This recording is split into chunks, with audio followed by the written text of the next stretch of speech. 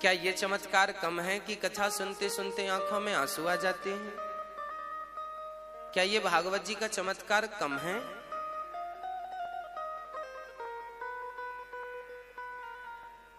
इसलिए कहता हूं 3 घंटे की पिक्चर भी होती है, 3 घंटे की कथा भी होती है। दोनों में अंतर केवल इतना है कि जब आप पिक्चर देखने जाते हैं ना तो नींद नहीं आती। पिक्चर देखने जाएंगे ना तो नींद नहीं आएगी, जबकि कथा में कई बार नींद आने लगती है। पिक्चर में और कथा में यही अंतर है। कथा सुनने में नींद क्यों आती है और पिक्चर देखने में नींद क्यों नहीं आती है, इसका बहुत बड़ा कारण है। अच्छा, नींद कब आती है? जब मन शांत होता है तब, या जब मन अशांत होता है तब। नींद कब आती है? जब मन शांत होता है। तो पिक्चर में नींद क्यों नहीं आती? क्योंकि पिक्चर देखने से मन अशांत हो जाता है, जबकि कथा में नींद इसलिए आती है क्योंकि कथा मन को शांत कर देती है। यही है भागवत जी का प्रमाण कि ये प्रत्यक्षः कृष्ण एव ही, प्रत्यक्ष भागवत जी भगवान का स्वरूप है।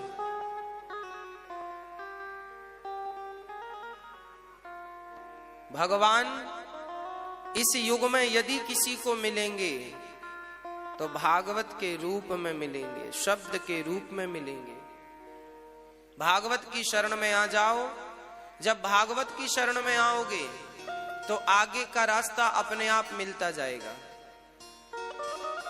कहां जाना है, कैसे जाना है भगवान तक। जो लोग कथा नहीं सुनते वो भी वृंदावन आते हैं, वो भी बिहारी जी का दर्शन करते हैं और वो भी भक्त हैं।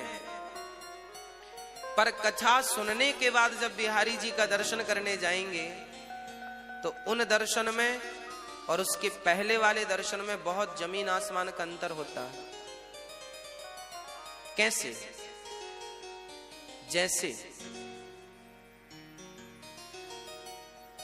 जैसे आप ट्रेन में जा रहे हैं और आपकी बाजू की सीट में कोई महात्मा आकर बैठ गए, साधु।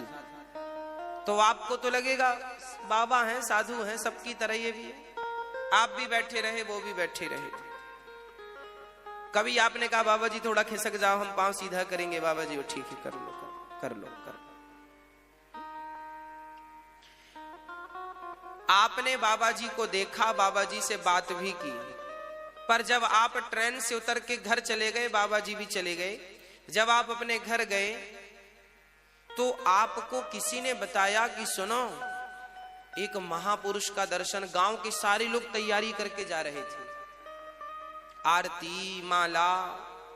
आपने पूछा भाई कहां जा रहे हो? बोले हमारे गांव में एक महापुरुष आ रहे हैं, बहुत तपस्वी हैं, बहुत बड़े साधु हैं, भगवान का दर्शन किया है उन्होंने, उनसे मिलने। तो आप कहेंगे कौन है वो महात्मा? तो गांव वाले फिर फोटो दिखाएंगे, ये है वो महात्मा। अरे ये तो वही है जिनको हमने ट्रेन में देखा था। अच्छा हाँ, अब लो, आपने देखा तो था पर उनकी वैल्यू पता नहीं थी, उनके बारे में पता नहीं था।